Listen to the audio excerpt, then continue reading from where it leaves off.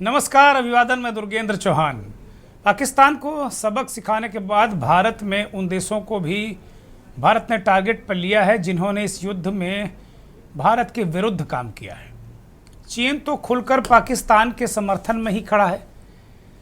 तुर्की drone और अपने सैनिक भी पाकिस्तान को मुहैया करा चुका है। ठीक इसी तरह अजरबैजान, जिसकी कभी भारत ने बहुत मदद की थी, वह भी दोगला निकला। भारत में प्रोपेगेंडा फैलाने के मामले में एक खबर आई कि चीन के अखबार ग्लोबल टाइम्स समाचार एजेंसी सिन्हुआ और वेबसाइट को बंद कर दिया गया है। यही कार्रवाई तुर्की पर भी की गई है। अगर इस बीच देखें तो अमेरिका ने सीरिया से प्रतिबंध हटा लिया। ये बड़ा घटनाक्रम है। सीरिया एक आतंकवादी देश है और उसके अंतरिम राष्ट्रपति अहमद अल शारा रियाद है, वहां पर अमेरिका के राष्ट्रपति डोनाल्ड ट्रंप से हाथ मिलाते नजर आए।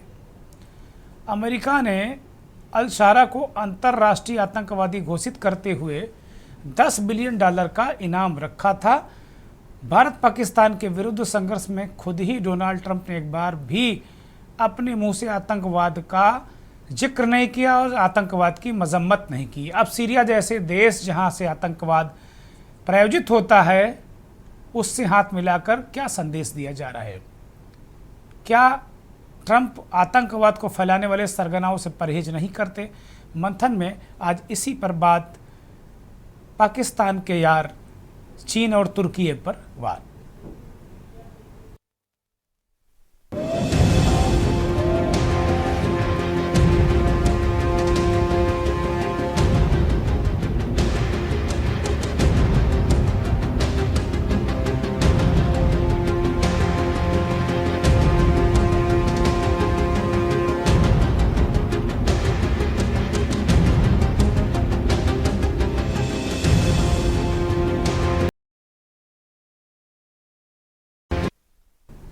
सुबह ये खबर आई कि चीन के जो आधिकारिक समाचार एजेंसी है उनकी उनकी वेबसाइट बंद की गई, और उस वक्त जब हमारे सहयोगी ने देखा था तो बंद भी की गई थी। लेकिन शाम होते होते मुझे आकर बताया गया कि जो ग्लोबल टाइम्स है वो उसकी वेबसाइट चल रही है, उसका ट्विटर हैंडल चल रहा है। तो पता नहीं क्या, और हमने देखा कि धीरे धीरे मीडिया से भी चीन का नाम गायब हो गया। ग्लोबल टाइम्स एक्स पर बैन है, तुर्की का एक्स अकाउंट बैन है। ये वो तस्वीरें हैं जो आप देख रहे हैं सामने। ग्लोबल टाइम्स को लेकर भी ये थी खबर, लेकिन जैसे जैसे शाम हुई तो ये बताया गया कि अब जो ग्लोबल टाइम्स का एक्स अकाउंट है वो चल रहा है और धीरे धीरे मीडिया से भी चीन का नाम हट गया है। अब सारे मीडिया का फोकस तुर्की और अजरबैजान है, और तुर्की के सामान, उनके मार्बल, उनके जो भी उत्पाद वो भेजते हैं, उनका बहिष्कार शुरू हो गया है। बहिष्कार की तस्वीरें भी आई हैं। और भारत ने तुर्की में जो फिल्मों की शूटिंग है, अजरबैजान में जो शूटिंग है, उसको बंद कर दिया है। कहा कि किसी प्रकार की कोई शूटिंग नहीं होगी। जो फल हैं, मेवे हैं, इस तरह की जो चीज़ें आती हैं, उन पर भी एक तरीके से भारत ने बहिष्कार शुरू हो गया है। तो कुल मिलाकर अगर देखा जाए तो अब फोकस इन दो देशों की तरफ है।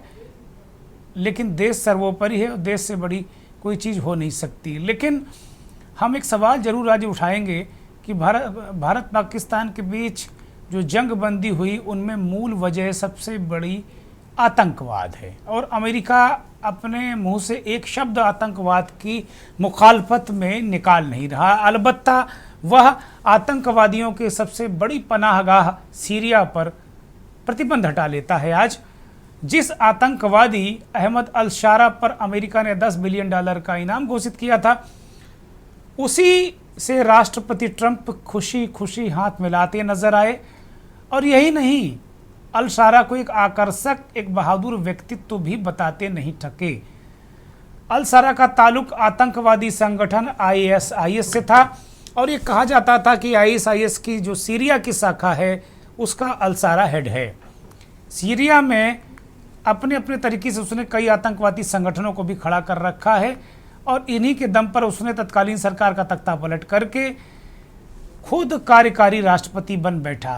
कतर की मध्यस्थता के बाद आज रियाद में वह डोनाल्ड ट्रंप से मिला, और अल शरा की अगर शारीरिक भाषा देखिए, ये आपको दिखाई पड़ जाएगी। अल शरा की ये जो शारीरिक भाषा है आप देखिए, ट्रंप के कंधे झुके नजर आ रहे हैं, अल शरा के कंधे तने नजर आ रहे हैं। फ्रंट नहीं हम देख पा रहे हैं, लेकिन आप देखिए पीछे से भी जो उनका पोस्चर है, जो पोस्चरिंग है सीरिया की या इस आतंकवादी कार्यकारी राष्ट्रपति की, उसकी आप देख सकते हैं कि ट्रंप को डोमिनेट करने की ये व्यक्ति कोशिश कर रहा है। और उसके बाद कई और तस्वीरें जो वायरल हुई, उनमें ट्रंप साहब ऐसे अल शरा के रूप, यौवन, उनकी स्ट्रांगनेस, इसकी तारीफ करते हुए थके नहीं। तो क्या ये पाकिस्तान, ये भी बहुत बड़ा सवाल है कि क्या पाकिस्तान के साथ खड़ा होकर, सीरिया के साथ खड़ा होकर, सीरिया पे प्रतिबंध हटाकर, जिसे वो सबसे बड़ा दुनिया का आतंकवादी कहते थे, उसे गले लगाकर, क्या डोनाल्ड ट्रंप और अमेरिका ये अपनी एक अलग तरीके का संदेश देना चाहता है आतंकवाद के खिलाफ जो लड़ाई है भारत की और विश्व के अन्य देशों की? क्या उसकी नज़र में अब ये आतंकवाद नहीं है, और आतंकवाद की परिभाषा भी क्या अलग तरीके से ट्रंप गढ़ेंगे? क्योंकि एक शब्द उन्होंने आतंकवाद के खिलाफ या मुखालफत में नहीं बोला है। तो सबसे बड़ा सवाल है, जैसा मैंने कहा, कि जिसे दुनिया का नंबर 1 आतंकवादी बताया था, आज वही वाशिंगटन और रियाद में हाथ मिलाते नजर आया। आकर्षक और मजबूत नेता उसे कहा जा रहा है। सवाल ये है कि क्या यह आतंकवाद भी अब दोस्ती के तराजू पर तौला जाएगा? ये बड़ा सवाल है मंथन में। क्या भारत को अब अपनी रणनीति, नीति दोनों का पुनर्मूल्यांकन करना होगा? आज मंथन में इसी अंतर्राष्ट्रीय पाखंड पर हम विशेष विश्लेषण भी करेंगे, और हमारे साथ मेहमान जुड़ेंगे। मेहमानों का पैनल जुड़ गया है। कर्नल प्रदीप भाटिया हमारे साथ जुड़ गए हैं डिफेंस एक्सपर्ट के तौर पर, और अमिताभ कुमार फॉरेन एक्सपर्ट के तौर पर हमारे साथ जुड़ गए हैं। बाकी और मेहमान जुड़ेंगे। दोनों मेहमानों का बहुत बहुत स्वागत, बहुत धन्यवाद, आभार। अमिताभ कुमार की तरफ रुख करेंगे। अमिताभ जी, ये क्या हो रहा है? ये ट्रंप एक ऐसे व्यक्ति को गले लगा रहे हैं, सीरिया से प्रतिबंध हटा रहे हैं, पाकिस्तान की पीठ पर हाथ रखते हैं, प्रधानमंत्री को डिफेम करते हैं, और वो अजीब तरीके का व्यवहार करते हैं। हमारे प्रधानमंत्री जब बोलने जाते हैं तो उससे पहले वो कह देते हैं कि हमने ये ट्रीटी कराई, हमने ये सीज फायर कराया। तो क्या जो ट्रंप है या अमेरिका है, आतंकवाद के प्रति उनका कुछ नज़रिया बदला है? अमिताभ कुमार। नहीं, बिल्कुल नहीं बदला है। आपको जानकारी तो है कि दरअसल ये जो फिरंग दुष्ट बुद्धि मैं कहता हूँ, ये पश्चिमी जो दुनिया है ना, गोरों की जो दुनिया है, ये पूरे दुनिया को अपने वश में रखना चाहती है, एक उपनिवेश बना के रखना चाहती है, और इन्होंने हमें उपनिवेश बनाया भी था, आज भी वो कायम है। और हम सब जानते हैं कि दरअसल आतंकवाद को बेझिझक पैसा और सपोर्ट, समर्थन, प्रश्रय अमेरिका जैसे देशों ने ही दिया है। इन्होंने ही और इसका खुलासा भी पाकिस्तान के रक्षा मंत्री कर चुके हैं, पाकिस्तान के विदेश मंत्री कर चुके हैं, बता चुके हैं कि हमें पैसा मिलता रहा है। जी। तो हमें उनके इस एक्शन से आश्चर्यचकित नहीं होना चाहिए। वो कोशिश जरूर कर रहे हैं कि भारत के साथ हम दोस्ती दिखाएं, और आपको अगर ध्यान हो तो अब के पहले तक कभी भी भारत के साथ अमेरिका दोस्त नहीं रहा है, पाकिस्तान के साथ रहा है। इंग्लैंड और अमेरिका जो है, पाकिस्तान उनका एक चंपू है जिसको भारत के खिलाफ वो हमेशा इस्तेमाल करते रहे हैं। उन्हें हमेशा इस बात की आशंका रही है कि भारत जो है वो कभी भी उभर सकता है, तो इसके राजनीति पे, इसकी सत्ता पे वो हमेशा अपने चंपू बिठाते रहे हर तरह के षड्यंत्रों से, और साथ में पाकिस्तान को हमेशा बढ़ावा देते रहे, पाकिस्तान को समृद्ध करते रहे कि वो हमारे खिलाफ कुछ ऐसी हरकतें हमेशा करे कि हम कभी भी विकास के रास्ते पर आगे ना बढ़े। आज बेहतरीन शासक के आने के बाद स्थितियां बदली हैं, आत्मनिर्भर होने की कोशिश हो रही है। नहीं तो जो पहले की सरकारें होती थी वो परजीवी होती थी, प्रमुखापेक्षी। और अब हमने तो वो सब दिन भी देखे हैं जब हम रिपोर्टिंग करते थे, हमारे सामने वो सारे मामले उजागर होते थे कि यहाँ मंत्री कौन बनेगा, किस पद पे कौन बैठेगा, ये भी अमेरिका, इंग्लैंड और रूस तय किया करते थे। हमारे बीच एक बड़ी संख्या ऐसे पत्रकारों की, ऐसे एकोमोडेशंस की, ऐसे मंत्रियों की, ऐसे बाबुओं की होती थी जिनको या तो केजीबी फंड करता था या सीआईए फंड करता था, और चीन भी करता था बाद के दिनों तक, हाल के दिनों तक चीन भी, अभी भी करता है चीन। और सीधे जहां फंडिंग नहीं हो सकती थी तो उनको दूसरे तरीकों से, आप एनजीओ बना लीजिए, कल्चरल संगठन बना लीजिए, तो उसको फंडिंग कर देते थे। तो कहीं ना कहीं आप जो है उनकी उदारता से दब जाते थे और उन्हीं की भाषा बोलते थे। और वो ऐसी बोलते थे कि आप कभी भी भारत, हिंदुस्तान, सनातन और अपनी संस्कृति की बात करेंगे तो बड़े हेय दृष्टि से आपको चारों तरफ से घेर करके ऐसा जताया जाएगा कि आपसे निकृष्ट कोई व्यक्ति ही नहीं है। तो उन सब दिनों को देखने के बाद आज अगर हम ये महसूस करें कि अमेरिका ऐसे क्यों कर रहा है, मुझे नहीं समझ में आता कि इसमें आश्चर्य है। किम आश्चर्य? मैं तो सोचता हूँ नहीं, मैं आश्चर्य करता हूँ।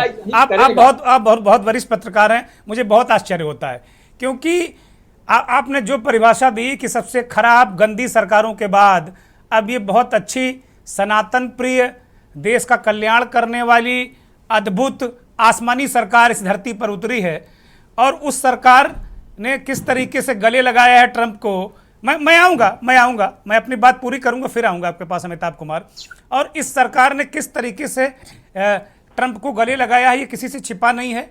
हम लोगों ने ट्रंप को बहुत सम्मान दिया, देना भी चाहिए, इसमें कहीं कोई संदेह नहीं है। लेकिन ट्रंप, बहुत सारे हमारे डिफेंस एक्सपर्ट इस बात को कह रहे हैं कि वो कुत्ते की पूंछ है, उस कभी भी सीधा नहीं हो सकता वो। मैं बहुत खराब बात, मैं इन शब्दों का इस्तेमाल नहीं करता एक राष्ट्राध्यक्ष के लिए, लेकिन मुझे करना पड़ रहा है। जिस आतंकवादी को अमेरिका ने 10 बिलियन डॉलर की उसके ऊपर इनाम रखा था, आज ये तस्वीर देखिए आप, अहमद अल शारा को वो गले लगा रहे हैं। अहमद अल शारा चढ़ के बात कर रहा है, यूं शारीरिक भाषा देखिए। कर्नल प्रदीप भाटिया, मैं आपकी तरफ रुख करूंगा। क्या आतंकवाद और दोहरी अमेरिकी नीति में ये हम इसको देख रहे हैं, क्या आतंकवाद की परिभाषा अब भू राजनीतिक हितों के हिसाब से तय की जा रही है क्या? बिल्कुल सही कहा आपने।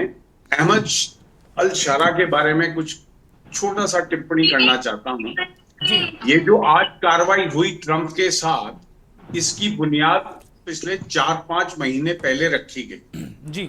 ये शख्स सऊदी अरेबिया में तीसरी बार विजिट पर आया है। पहली विजिट में इसे वहां के सुल्तान सलमान साहब ने इसको वेलकम किया, इसके साथ गहन बातचीत हुई और कुछ कंडीशंस के साथ। इसकी मेन कंडीशन ये थी कि अमेरिका से इनको वो टेररिस्ट लिस्ट से हटाया जाए।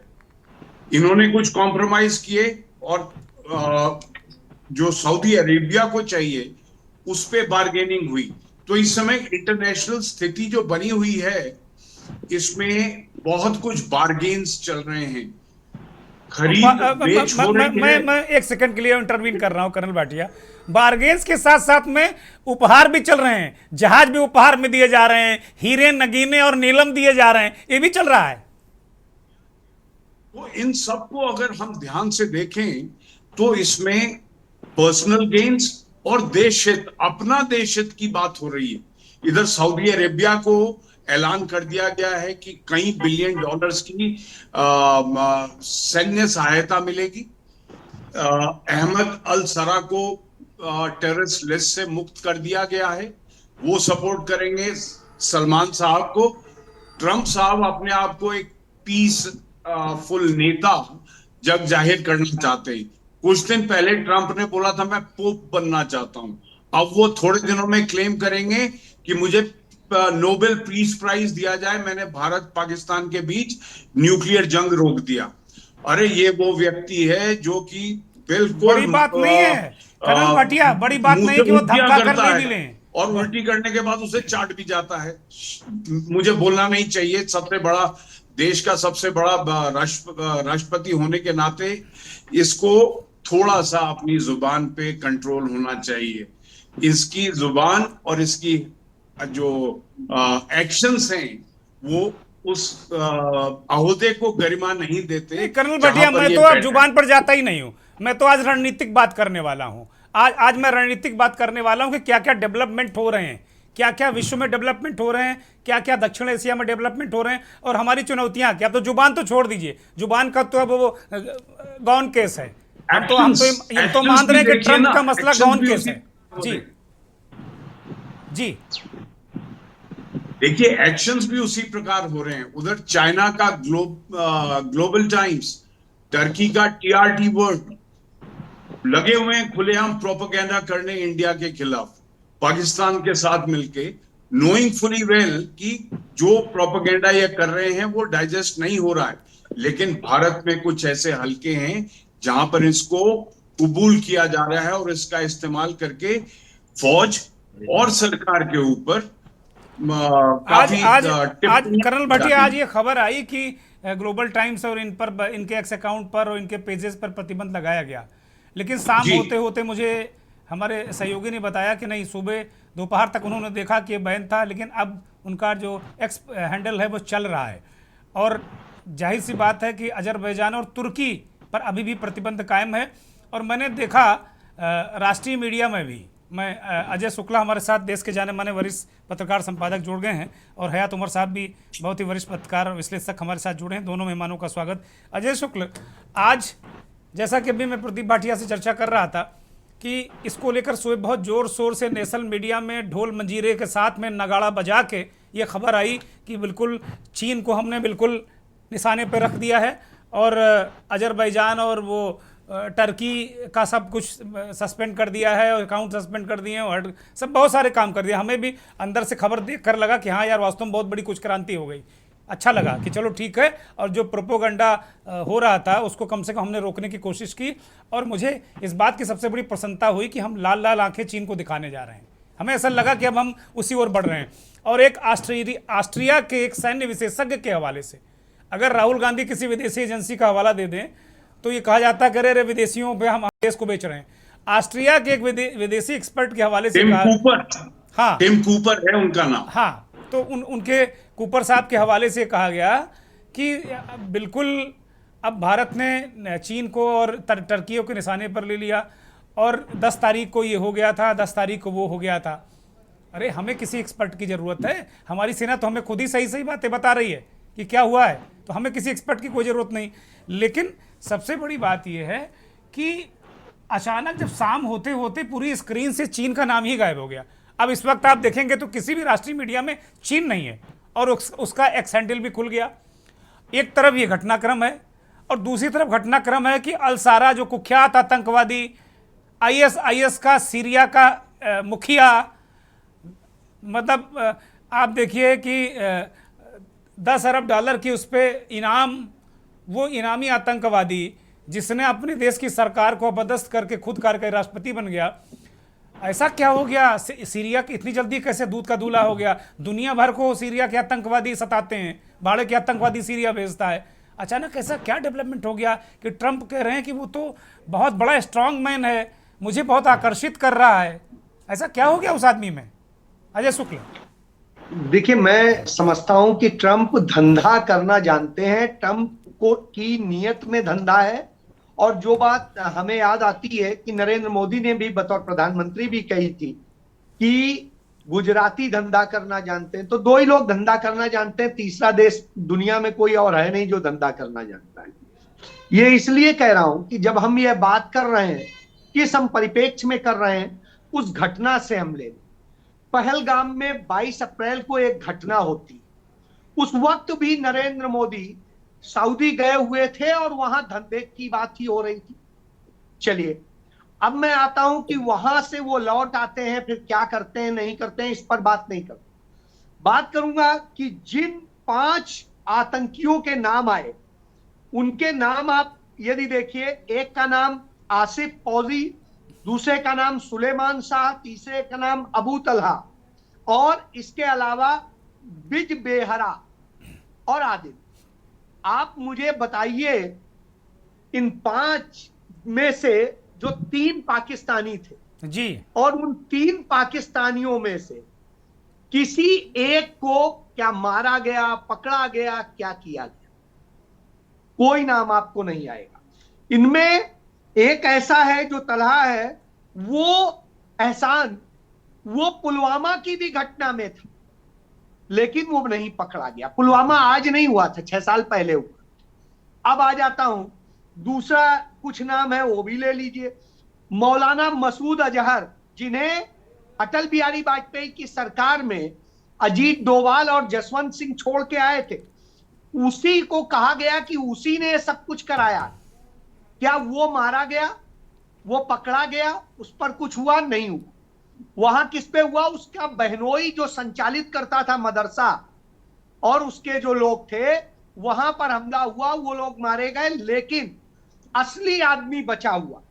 इसके बाद में हाफिज सईद, सैयद सलाउद्दीन, दाऊद इब्राहिम, जब सरकार में आने के पहले कहते थे दाऊद को कान पकड़ के लाएंगे, रोज देश का के तमाम अखबार, मैं भी जिस अखबार का संपादक था, हमारे यहां भी लिखा जाता था कि बस दाऊद आने वाला है सरकार के बयान। बहुत बहुत अखबार काले किए हैं आप लोगों ने अजय जी, हम सब ने। मैं वही कह रहा हूं। मैं एक घटना का और जिक्र करूंगा दुर्गेश जी। जिन दिनों मैं इंडिया न्यूज ग्रुप का चीफ एडिटर था जी, भारत के कुछ मीडिया समूह के एडिटर्स को का एक डेलीगेशन चाइना भेजा गया था, भारत सरकार ने भेजा था, मैंने उसको लीड किया था इत्तेफाक से जी। इसलिए कह रहा हूं, संघाई गए थे, इसी जो जिनका ग्लोबल टाइम्स है और सब कुछ है, जिसकी बात कहते हैं, मोदी सरकार ने भेजा था।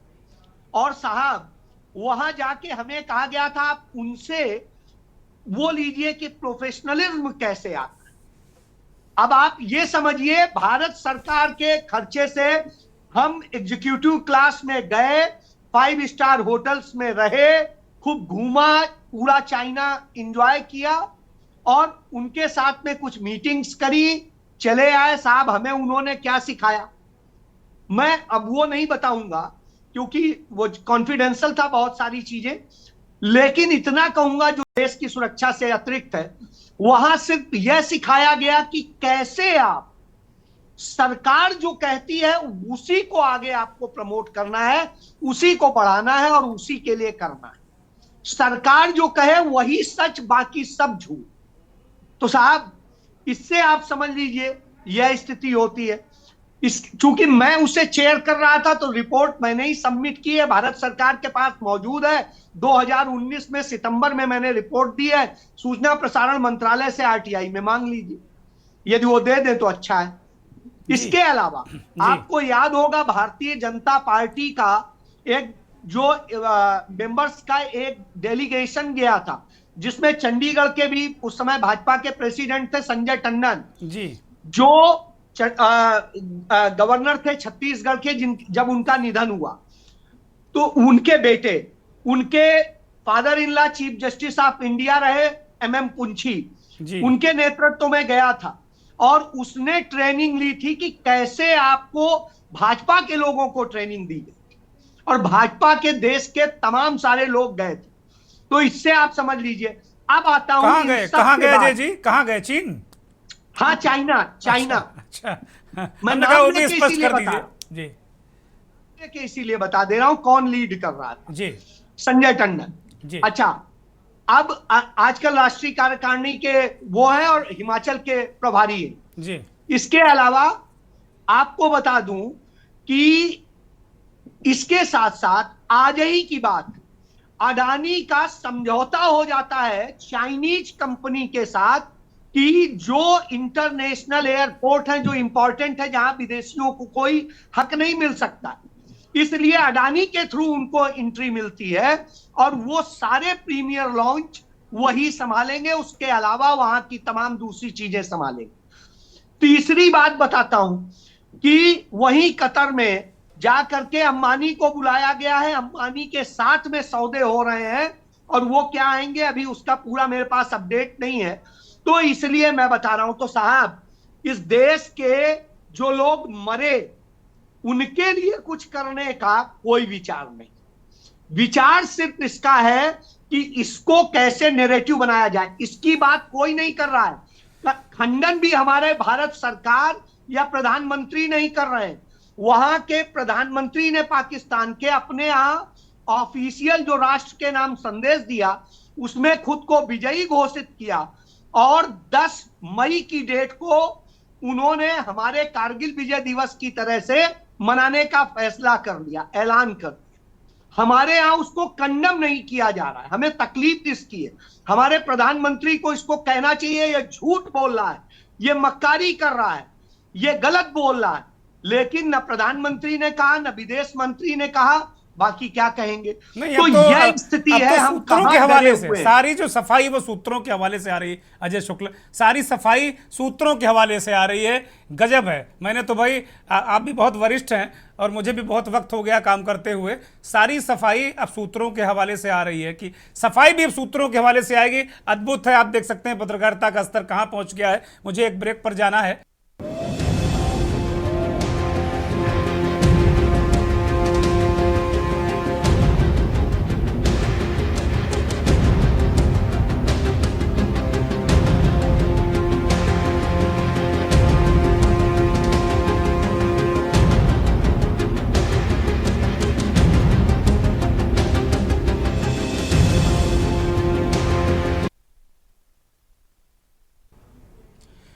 ब्रेक से लौट रहे हैं। इस बीच 2-3 और मेहमान हमारे साथ जुड़ गए हैं। ग्रुप कैप्टन उत्तम कुमार देवनाथ डिफेंस एक्सपर्ट के तौर पर हमारे साथ जुड़े हैं। बहुत स्वागत, बहुत धन्यवाद। थोड़ी देर में और भी कुछ लोग जुड़ेंगे हमारे साथ।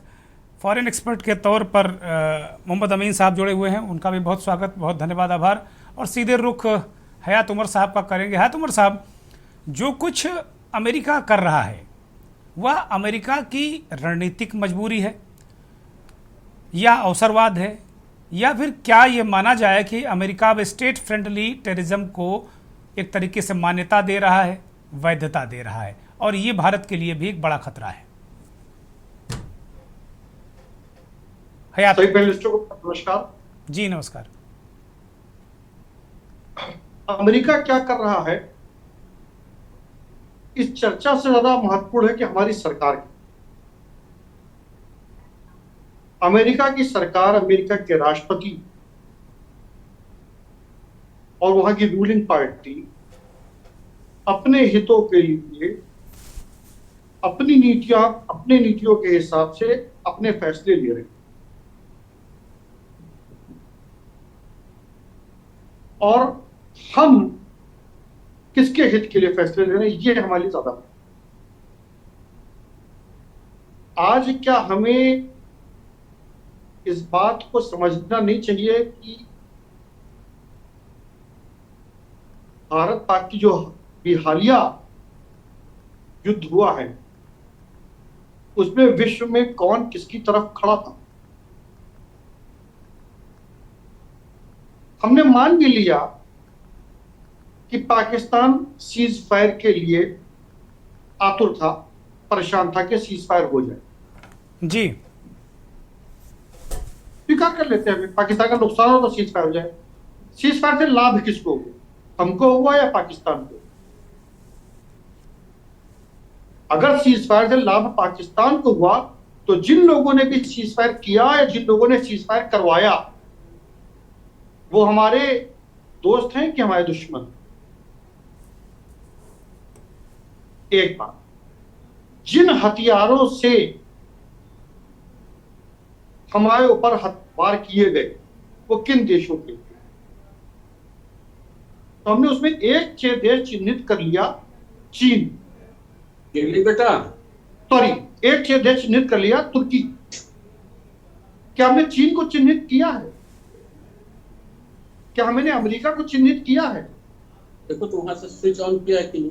अगर हमने चीन और अमेरिका को चिन्हित नहीं किया है और उनको अब हम तुर्की से अलग रखे हुए हैं तो क्या यह संभव है? अब मैं आपको बताऊं, तुर्की नाटो का हिस्सा और नाटो को लीड कौन करता है? अमेरिका। आज जब सीरिया के नए राष्ट्रपति को अमेरिका मान्यता दे रहा है तो उस वक्त वहां कौन कौन मौजूद था? क्या वहां पर तुर्की उपस्थित था या नहीं था?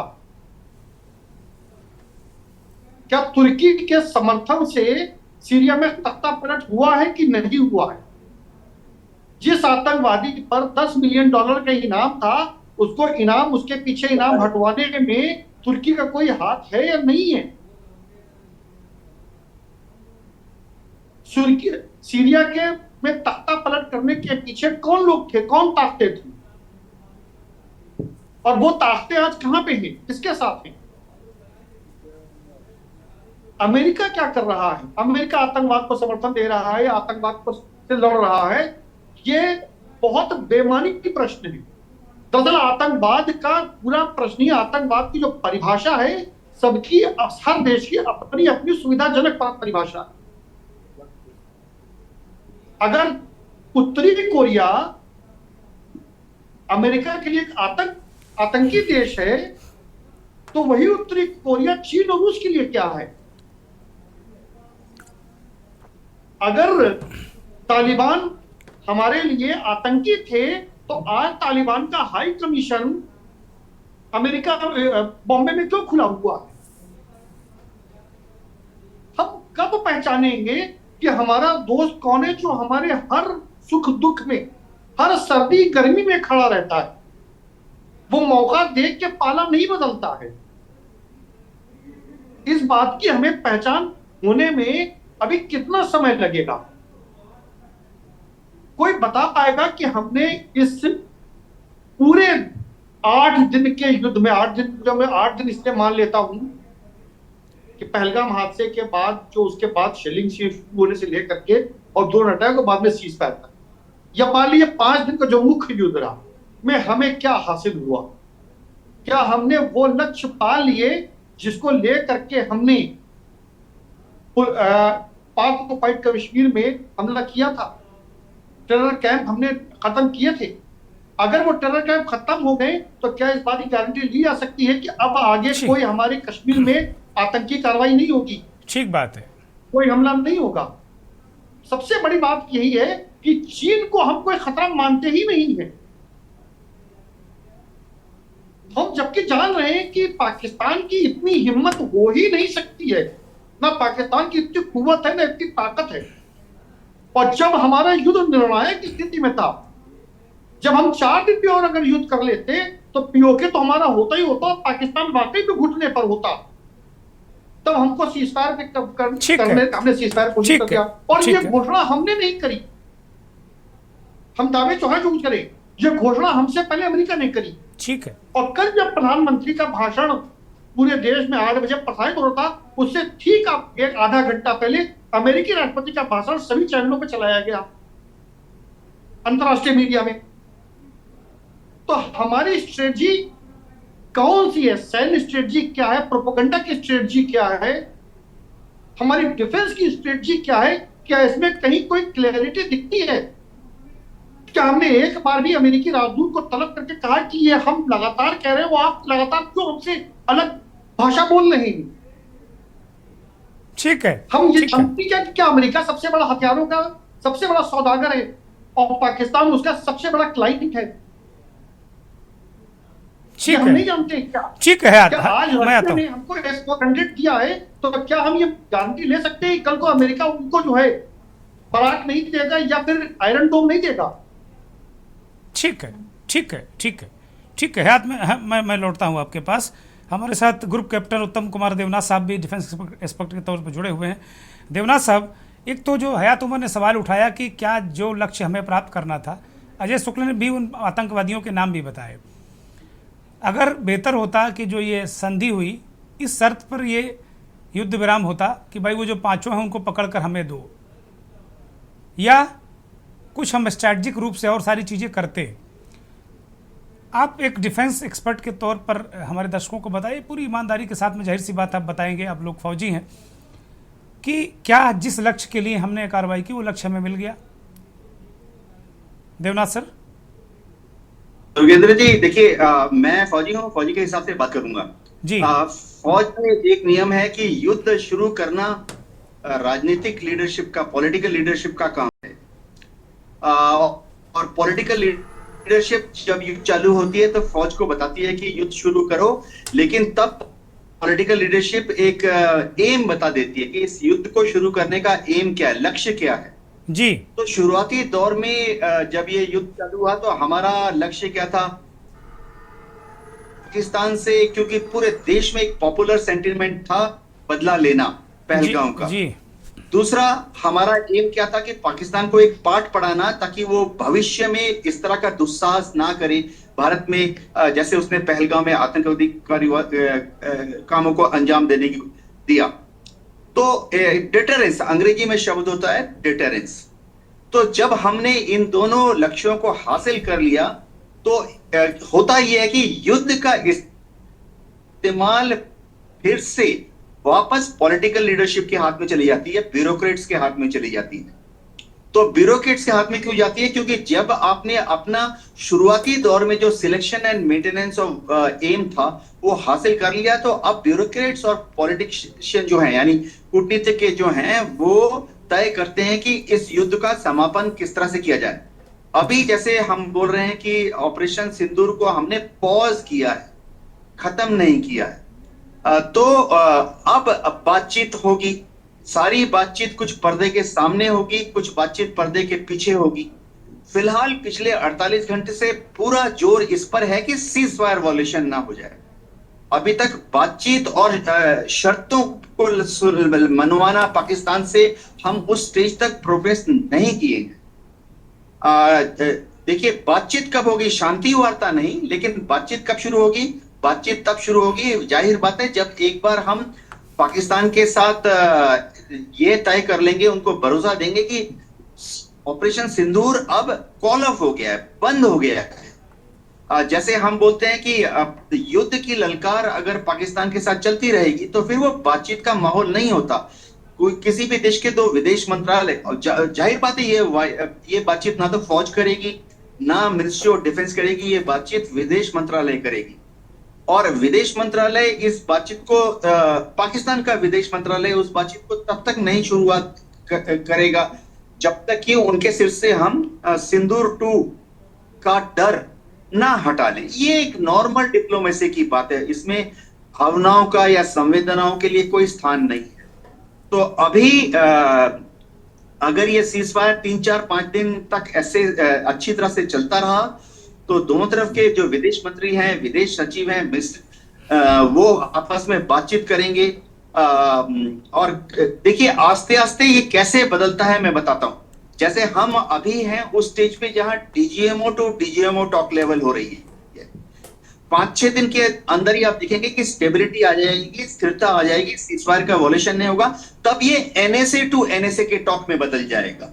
हॉटलाइन पे दोनों एनएसए बात करेंगे, वो माहौल तैयार करेंगे कि विदेश मंत्रालय से विदेश मंत्रालय तक। विक्रम मिश्री जी बहुत ही परिपक्व सेक्रेटरी हैं, उन्होंने 40 साल तक इसी पे डील किया। तो एज ए फौजी मैं सिर्फ इतना कह सकता हूं कि पाकिस्तान से शर्तें जो मनवाने की आप बात कर रहे हैं वो तब होगा जब उभय पक्ष के विदेश मंत्रालय से कम उनके फॉरेन सेक्रेटरी लेवल पर बात चालू, बिल्कुल ठीक है, तभी शर्तों की बात आती है। जी, बहुत महत्वपूर्ण बात और बहुत करीने से, साइजगी से आपने रखा। बहुत शुक्रिया, लगातार आप बने रहिए हमारे साथ में। हमारे साथ फार्मर डिप्लोमेट डॉक्टर मोहम्मद अमीन साहब भी जुड़े हुए हैं फोन लाइन पर। अमीन साहब, क्या तुर्की, अजरबैजान और जैसा कि चीन के खिलाफ भारत के जो इस तरीके की, जैसे उनका हमने समाचारों का वो बंद कर दिया, ट्विटर पेज को बंद कर दिया, कुछ सामान का बहिष्कार हो रहा है, ये जो जवाबी कदम है ये क्या प्रतीकात्मक है या इनका दीर्घकालिक कोई असर हो सकता है? क्या भारत को अब ज़्यादा आक्रामक वैश्विक नैरेटिव गढ़ने की ज़रूरत है क्या, खासकर आतंकवाद के मुद्दे पर? जी अमीन साहब, मोहम्मद अमीन साहब,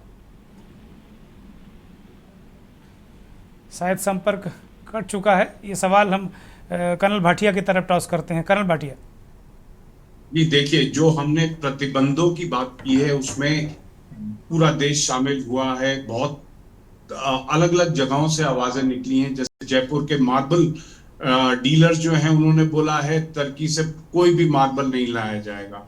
हमारे जो टूरिज्म सेक्टर है, वहां पर डिसाइड हुआ है कि इंडियन टूरिस्ट को नहीं भेजा जाएगा। हमारे तकरीबन 3.5 लाख टूरिस्ट पिछले साल तुर्की गए और इतना ही नंबर करीब अजरबैजान गया, और इन टूरिस्ट ने वहां जाके काफी उनकी लोकल इकोनॉमी को हेल्प किया। आप 2.5-3.5 लाख के जो नंबर्स हैं उससे आप अंदाजा लगा सकते हैं कितना बड़ा अमाउंट उनकी इकोनॉमी में गया होगा। इसी प्रकार तुर्की एयरलाइंस के साथ हमारी इंडिगो एयरलाइंस का जो मेल मिलाप है, उसके कारण तुर्की एयरलाइंस को बहुत बिजनेस मिलता है। हमारे बहुत से यात्री इस रास्ते से यूरोप और यूएस का ट्रेवल करते हैं। इसी प्रकार अजरबैजान के साथ भी टूरिज्म और वहां से जो आयात होता है उसके ऊपर हमारे ट्रेडर्स ने भी डिसाइड किया है कि हम इनके ट्रेड को कर्व करेंगे, इसको रोकेंगे, और इनको भारत की जो मंशा है कि इन दोनों देशों को सबक सिखाया जाए, उसमें पूरा देश एकजुट है, उसमें सबकी राय एक है। यहां तक कि जो एप्पल ट्रेडर्स हैं महाराष्ट्र के, उन्होंने बैन कर दिया है तुर्की के एप्पल्स को इंपोर्ट करने के लिए। तो छोटी छोटी चीजें जहां जहां मुमकिन है लोग प्रयास कर रहे हैं। हमारा इन दोनों मुल्कों के साथ ट्रेड काफी भारी मात्रा में है, और यदि हम इस पे रोक लगाते हैं, अंकुश लगाते हैं, तो इन दोनों मुल्कों पर कुछ ना कुछ असर जरूर पड़ेगा। अजरबैजान की मैं एक बात कहना चाहता हूं, उनके जो प्रेसिडेंट की तरफ से एक बयान आया, एक ट्वीट आया, जिसमें उन्होंने बोला कि ट्रेड इत्यादि सब चीजें ठीक है, लेकिन हमारा जो खून का रिश्ता पाकिस्तान के साथ है उसको हम कभी वो डाइल्यूट नहीं होने देंगे। वो एक बड़ा तगड़ा मैसेज है इंडिया के लिए अपनी आगे की रणनीति तय करने के लिए। क्या हम इन बातों में आकर अपनी रणनीति को थोड़ा सा मॉडिफाई करेंगे? हम तो जाके हर एक को गले लगाने को तैयार हैं। तुर्की में जब भूकंप आया तो सबसे पहले भारत के IL-76 ने जाके वहां पर रसद पहुंचाई, उसका नहीं, हम तो कर्नल भटिया हम तो एक जहाज में कुछ बोरे लाद कर हरदम तैयार रहते हैं कि कुछ लोग आओ भाई हम चलें। हम तो एक जहाज में कुछ बोरे लाद के खाद्यान्न के और कुछ दवाइयां रख के रेडी मोड में रहते हैं कि भाई चलो इमदाद देने चलो भाई। ये सारी चीजें होती हैं। बोरे की बात नहीं है, इसके पीछे एक बहुत बड़ी भावना होती है। इसमें हमारे SDRF के लोग, हमारे रेस्क्यू डॉग्स, इक्विपमेंट, आप SDRF और NDRF का इक्विपमेंट यदि आप देखेंगे तो आप ताज्जुब करेंगे कि इतना मॉडर्न इक्विपमेंट हमने रखा हुआ है, और ये सारा इक्विपमेंट इन अफेक्टेड देशों को पहुंचाया जाता है। ये मैं इसमें शामिल हो चुका हूं और मैं देख चुका हूं कि किस प्रकार से हेल्प दी जाती है। ये सिर्फ सिंबॉलिक नहीं है, ये जमीन पर की जाती है। मैं भारत की संवेदनशीलता की बात कर रहा हूं। ये कोई लाइट मोड में नहीं कह रहा हूं। मैं ये कह रहा हूं कि भारत हरदम तैयार रहता है कुछ खाना, कुछ दवाइयां लेकर कि भाई कहीं कोई इस तरह की सूचना आती है दुनिया से तो हम मदद के लिए बिना किसी उसके चल देते हैं। अमिताभ कुमार जी, ये बहुत अच्छी बात है। सुबह से जब ये खबर आई कि चीन, तुर्की, अजरबैजान, इनको हम इशारे पर ले रहे हैं, लेकिन शाम होते होते चीन का नाम ही गायब हो गया। अब भाटिया साहब भी कह रहे हैं कि सब मार्बल और एप्पल और यहीं तक मामला लटक गया है। चीनी सामान का बहिष्कार करने की हमारी ताकत क्यों नहीं हो रही? ये बड़ा है, और चीन के बहिष्कार को लेकर बहुत लंबे समय से ये आवाज उठती रही। अमिताभ कुमार, लगता है कि हमें ना कुछ बेसिक चीजों को समझना चाहिए। समझाइए। 4 लोग बैठे हुए, ये हमारा कोई एक व्यक्तिगत लड़ाई नहीं है, मोहल्ले के गुंडों की फौज की लड़ाई नहीं है। हमारा अगर परिवार भी इन्वॉल्व हो, हमारा समाज इन्वॉल्व होता है, और जब सरकार इन्वॉल्व होती है तो बहुत सारी चीजें, बहुत ही जटिल चीजें होती हैं। आप चीन से दुश्मनी हो गई तो आप धरती छोड़कर नहीं जा सकते, ना अपने देश को ले जा सकते, इसलिए कि चीन से दुश्मनी हो गई। पाकिस्तान लगातार हमारे खिलाफ घटिया हरकतें करता रहा, युद्ध करता रहा, लेकिन पाकिस्तान से हमने अभी जो संबंध जितने खराब हैं, इतने खराब भी कभी नहीं रखे, और उनको भी हम मदद देते रहे। प्रधानमंत्री खुद चले गए थे, उनके घर तक चले गए थे कि शायद बेहतर हो जाए संबंध। तो दुनिया में रहना है तो सरकार की जो जिम्मेवारी होती है ना, जब आप सरकार में नहीं होते हैं तो बहुत सारी बातें आप कह भी देते हैं, लेकिन जब सरकार में होते हैं, परिवार के मुखिया होते हैं, तो आपकी जिम्मेवारी केवल और केवल आपके शब्दों के प्रति नहीं होती है, आपकी जनता के प्रति होती है, आपके एडमिनिस्ट्रेशन के प्रति होती है, और दुनिया में जैसे संयुक्त राष्ट्र संघ है और अन्य देश हैं जिनसे आपके रिलेशंस हैं, उनसे भी, उनके प्रति भी आपकी जवाबदेही होती है, क्योंकि जब आप अंतर्राष्ट्रीय स्तर पर कोई कार्रवाई कर रहे हैं और खासकर युद्ध जैसी कार्रवाई कर रहे हैं, पाबंदी जैसी कार्रवाई कर रहे हैं, तो बहुत सारी चीजें मायने रखती हैं। वहां पे हम बच्चों की तरह ये ताबेदारी और दावेदारी, अमिताभ कुमार जी, यही बात तो पिछली सरकारें समझाती रही हैं। जब ये मौजूदा सरकार के लोग विपक्ष में थे, यही बात समझाती रही है कि गुंडों की लड़ाई नहीं है, मोहल्लों की लड़ाई नहीं है। तब कहते थे ना ना ना ना, ये नाकारा सरकारें हैं। आज जब सरकार में हैं, तब ये भाषण कौन सुनने वाला है? जनता का सेंटीमेंट अपने देश के साथ है, अब कोई नहीं सुनेगा। वो कह रहा पाकिस्तान को क्रश कर दो, यही कह रहा जनता, और कुछ नहीं। राजनीतिक दलों की जब केवल आप बात करेंगे तो अभी विपक्ष वही काम कर रहा है, 2 कदम आगे बढ़ के कर रहा है, ठीक है ना? तो ये होता रहता है। लेकिन जब हम चर्चा कर रहे होते हैं तो हमें बेसिक बातों को समझना होता है कि हम धरती छोड़कर नहीं जा सकते। कितनी भी दुश्मनी हो तो जो औपचारिक व्यवहार होते हैं उसको एकदम से खत्म नहीं किया जा सकता, उनको मेंटेन करना। जनता को क्यों गुमराह करते हैं राजनीतिक दल? क्यों सेंटिमेंटल लोगों को बस समय वक्त बर्बाद करते हैं? देश को एक पैटर्न पे चलने दें। सेना अपने पैटर्न पे चलती है, विदेश नीति अपने पैटर्न पर चलती है, अमिताभ कुमार अपने पैटर्न पर चलेंगे, दुर्गेन्द्र चौहान अपने पैटर्न पर चलेंगे, अजय शुक्ला के अपने विचार हैं, कर्नल भटिया फौजी रहे उनके अपने विचार हैं। फिर सबको एक साथ क्यों आप गमंजा कर देते हैं? ये भी बहुत बड़ी समस्या है इन राजनीतिक दलों की। अगर आप बोलने देंगे तो आपको समझ में आएगी। नहीं, आ गई, हमारी समझ में आ गई। मैं इतना ना समझ नहीं हूं, मैं आ गई मेरी समझ। अभी मैं बता रहा हूं ना जी, बातें पूरी कर दीजिए हमारी। जी बोलिए। ठीक है ना? तो दुनिया के जो रिलेशंस होते हैं, किसी के व्यक्तिगत हमारे संबंध, हमारे मिजाज में जो आ रहा है, आज सारा ज्ञान अमिताभ जी, आज सारा ज्ञान बताया जा रहा है। इससे पहले कोई ज्ञान नहीं रहा होता था। चीन के बारे में पता नहीं क्या क्या बातें कही जाती थी। डॉक्टर मनमोहन सिंह की सरकार थी, क्या क्या बातें कही जाती थी। आपने भी सुना होगा, वरिष्ठ पत्रकार हैं आप, आपने तो रिपोर्टिंग की है, आपने तो विदेश मंत्रालय तमाम जगह खूब करीब से देखा है। आपको अनुभव नहीं है क्या इन चीजों का? मैं बता रहा हूं, आप सुन लीजिए। बोलिए। कब किसके साथ क्या संबंध रहा है, उस वक्त कैसे व्यवहार किया गया है, उस पर चर्चा होती। चीन के साथ उस वक्त जैसा व्यवहार होता था और आज जैसा व्यवहार होता है, दोनों में चर्चा हम लोग कर सकते हैं। चीन को हमने कभी छोड़ा भी नहीं था, जबकि चीन हमारे लिए बहुत बड़ा दुश्मन था। क्या उसके साथ हमारे व्यापार संबंध नहीं थे? आज भी हैं। आप उसको एकदम से नहीं तोड़ सकते, उसके लिए बहुत ही डिफरेंट परिस्थितियां चाहिए होती है।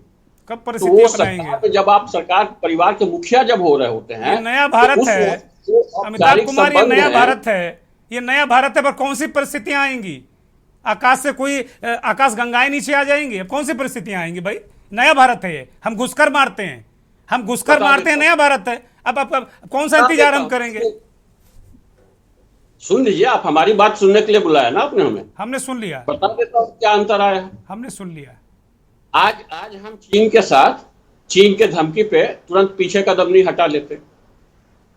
आज पाकिस्तान को हम गिनते नहीं है, जो हमारे लिए सबसे बड़ा दुश्मन हुआ करता था, और किसी भी बात पे हमेशा पाकिस्तान की ही बातें होती थी। और पाकिस्तान आतंकवादी तैयार करता था, किसी भी शहर में बम बरसाता रहता था। उन घटनाओं पे हमने बहुत कंट्रोल पाया है। और इस देश में 2 बड़े नासूर थे, एक अयोध्या राम मंदिर का मसला और एक पाकिस्तान कश्मीर का। आज 370 मैं कश्मीर को तो शामिल कर सकता हूं, आज अयोध्या की तरफ मैं नहीं जाऊंगा। सॉरी। क्या किया है तो बता रहा हूं, तो सुनिए। नहीं, बिल्कुल नहीं। आप मुझे आप मजबूर नहीं कर सकते, मजबूर नहीं कर सकते। मेरे पास वक्त नहीं, मैं माफी के साथ में रोक रहा हूं आपको। एम्बेसडर अमीन हमारे साथ जुड़े हुए हैं, मैं उन पर चर्चा उनसे बात करूंगा। एम्बेसडर अमीन, मैं सीधे आपके पास आ रहा हूं, चूंकि मेरे पास वक्त नहीं है और मैं आपको अभी तक नहीं ले पाया हूं। मेरा एक बहुत महत्वपूर्ण सवाल है कि अगर अमेरिका, सीरिया और जो इनकी भारत की तिकड़ी है, ये क्या भारत के लिए ये सही समय है कि पश्चिमी देशों से अपनी कूटनीतिक दूरी को संतुलित करना चाहिए? क्या अमेरिका का सीरिया से प्रतिबंध हटाना और अल-शारा से हाथ मिलाना भविष्य में किसी बड़े मध्य पूर्व गठजोड़ का संकेत है? एम्बेसडर अमीन।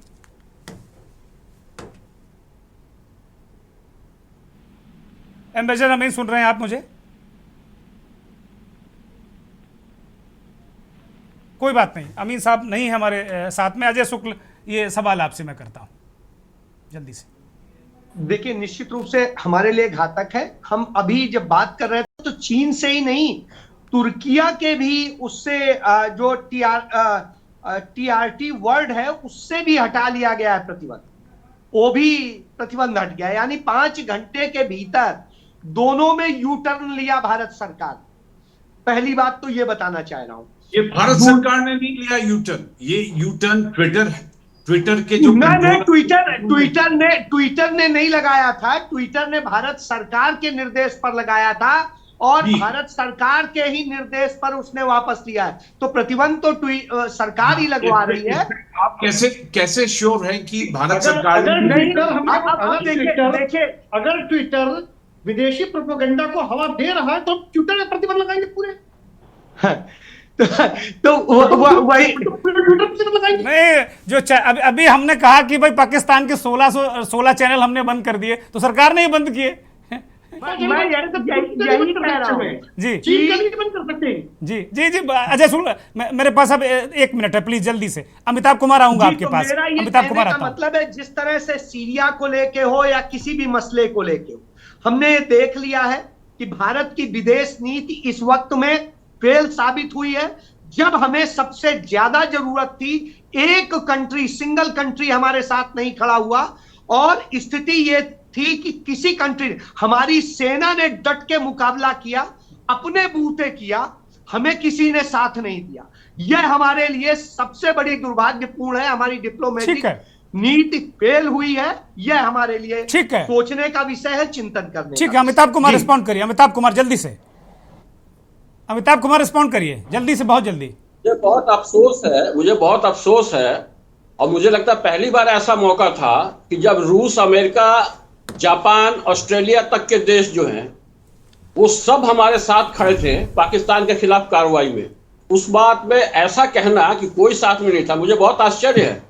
और हर देश का अपना स्वार्थ होता है। अमेरिका, इंग्लैंड जितने स्वार्थी देश हैं वो हमने हमेशा देखा है, और ये पहला मौका था जब पाकिस्तान के खिलाफ कार्रवाई में भारत के साथ दुनिया के इतने सारे देश खड़े थे। इसलिए ऐसा कहना मुझे लगता है कि थोड़ा गलत है। ठीक है, हयात उमर। ठीक है अमिताभ जी, आ गई आवाज। अगर देश ना होते तो क्या होता? अगर सीजफायर किसके हित में रहा, कोई बताएगा कि सीजफायर किसके हित में, भारत के हित में है कि पाकिस्तान के हित में है? हमें मिली थी कि पाकिस्तान को एज मिली हुई थी। बता रहा हूँ ना, भारत अमेरिका ने करी, करने नहीं गया था। पहले प्रधानमंत्री आवाज नहीं जा पा रही, दर्शक समझ नहीं पा रहे हैं। बारी बारी से बोलिए। हयात उमर बोलिए। अमिताभ जी आपको मैं मौका दूंगा, बोलिए। पड़ेगा।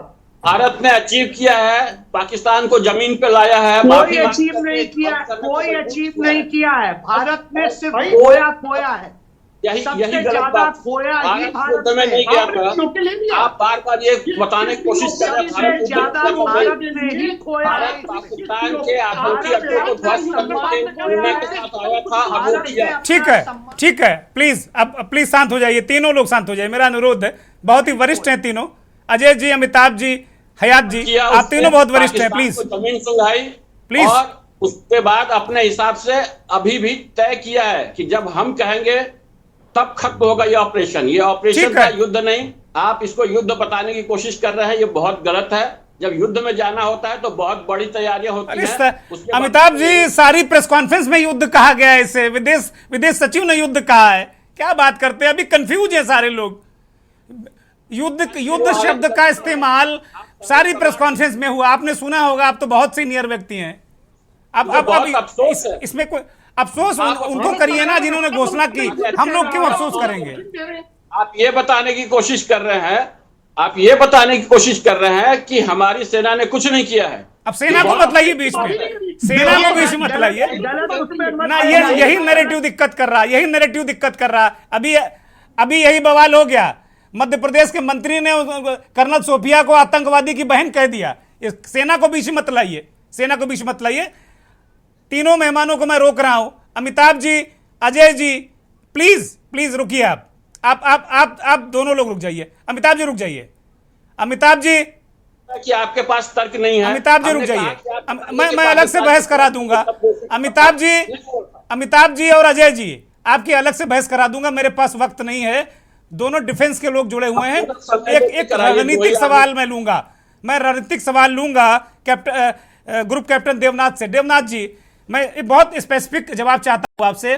क्या आतंकवाद जिस तरीके से अमेरिका की एक आतंकवाद को लेकर एक नई सोच पैदा हो गई कि एक जो कुख्यात आतंकवादी था उसको एक तरीके से उन्होंने जो दाग लगा हुआ था उसको धो दिया। भाई वो उसको उसी का समर्थन करता है, यूज करता है आतंक को वो, और ये आतंक मैं पूछ रहा हूं देवनाथ जी से, आप मत बताइए प्लीज प्लीज। देवनाथ जी, क्या हमें अपनी स्ट्रैटेजी को और बेहतर करने की जरूरत है? क्या अमेरिका के मुतल्लिक या उसके इर्द गिर्द जो हम ताने बाने बुनते हैं, क्या हमको एक अलग तरीके से कुछ और सोचना है आतंकवाद के फ्रंट पर, क्योंकि ये लड़ाई आतंकवाद के खिलाफ थी? इसमें कोई शक नहीं है कि आतंकवाद के खिलाफ हमें एक नया तरीका अख्तियार करना पड़ेगा। इसमें मैं बताना चाहता हूं कि फौज का या सिक्योरिटी फोर्सेस का रोल जो है सिर्फ कंटेनमेंट तक है। कोई भी दुनिया की फौज या पुलिस फोर्सेस जो हैं सिर्फ उसको आतंकवाद को सीमित रह सकती हैं। सबसे ज्यादा रोल होगा भारत सरकार क्या गैर काइनेटिक तरीके से, यानी युद्ध के अलावा दूसरे तरीकों से, चाहे डिप्लोमेटिक तरीके हो, कूटनीतिक तरीके हो, फाइनेंशियल सैंक्शंस हो, उससे काम कर सकती है। इंडस वाटर ट्रीटी एक एग्जांपल है।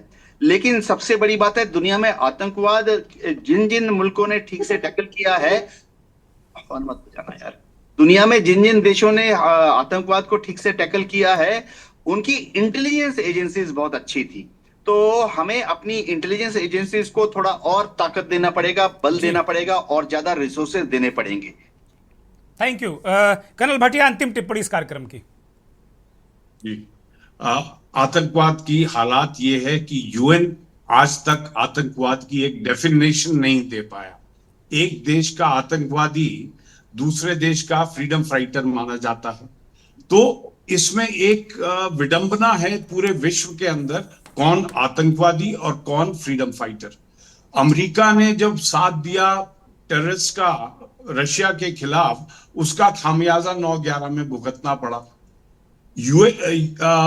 इंग्लैंड के अंदर ट्यूब में हमला हुआ 9 जून 2005 को। इसी प्रकार स्पेन में हमले हुए, जगह जगह पे टेररिस्ट के वारदात। लेकिन यूरोप ने कभी भारत को एकजुट होकर वो हेल्प नहीं दिया, क्योंकि वो जानते हैं कि भारत का टेररिज्म भारत खुद संभालेगा। तो ये मान लीजिए कि आज हमें एज एन इंडियन हमें खुद अपने अगेंस्ट जो टेररिज्म फैल रहा है उसको खुद संभालना है, पाकिस्तान को खुद जवाब देना है। हम किसी पे विश्वास नहीं कर सकते, चाहे वो अमेरिका हो या रशिया हो। रशिया हद तक हमें साथ दिया है, लेकिन टेररिज्म की लड़ाई जो है वो हमें स्वयं लड़नी पड़ेगी, चाहे पाकिस्तान के अंदर घुस के दोबारा से हमला क्यों ना करना पड़े। बहुत शुक्रिया अमिताभ जी, बहुत शुक्रिया उत्तम कुमार जी, कर्नल भाटिया, मोहम्मद अमीन, हयात उमर, जय शुक्ला, बहुत बहुत धन्यवाद सभी मेहमानों का, दर्शकों का, जिन्होंने इस कार्यक्रम को देखा समझा। एक बात कर्नल भाटिया ने बहुत महत्वपूर्ण आखिरी में जो अंतिम टिप्पणी थी उनकी, कि आतंकवाद की परिभाषा अलग अलग तरीके से है, और वो दिख भी रहा है कि जिसे अमेरिका ने कहा था कि यह दुनिया का सबसे बड़ा आतंकवादी है, उसे गले लगा रहा, हाथ मिला रहा, उस देश से प्रतिबंध हटा रहा, क्योंकि बिजनेस है, लाभ है, व्यक्तिगत भी और देश के लिए भी। इस तरीके की चीज़ों, जब इस तरीके की सरकारें, इस तरीके के लोग, इस तरीके के राजनेता दुनिया में जब आ जाएं कि उन्हें अपने लिए लाभ चाहिए, अपने लोगों के लिए लाभ चाहिए, और फिर तीसरे नंबर पर देश है उसके लिए लाभ चाहिए, तो फिर बहुत मुश्किल हो जाती। एक आतंकवाद जैसी बड़ी समस्या एक और बड़ी चुनौती के रूप में सामने आ जाती है। लेकिन हमारी फौज और हमारे इस देश के लोग इतने सक्षम हैं कि हम अपनी लड़ाई लड़ सकते हैं, और लड़ भी रहेंगे, और आगे भी लड़ेंगे। नमस्कार।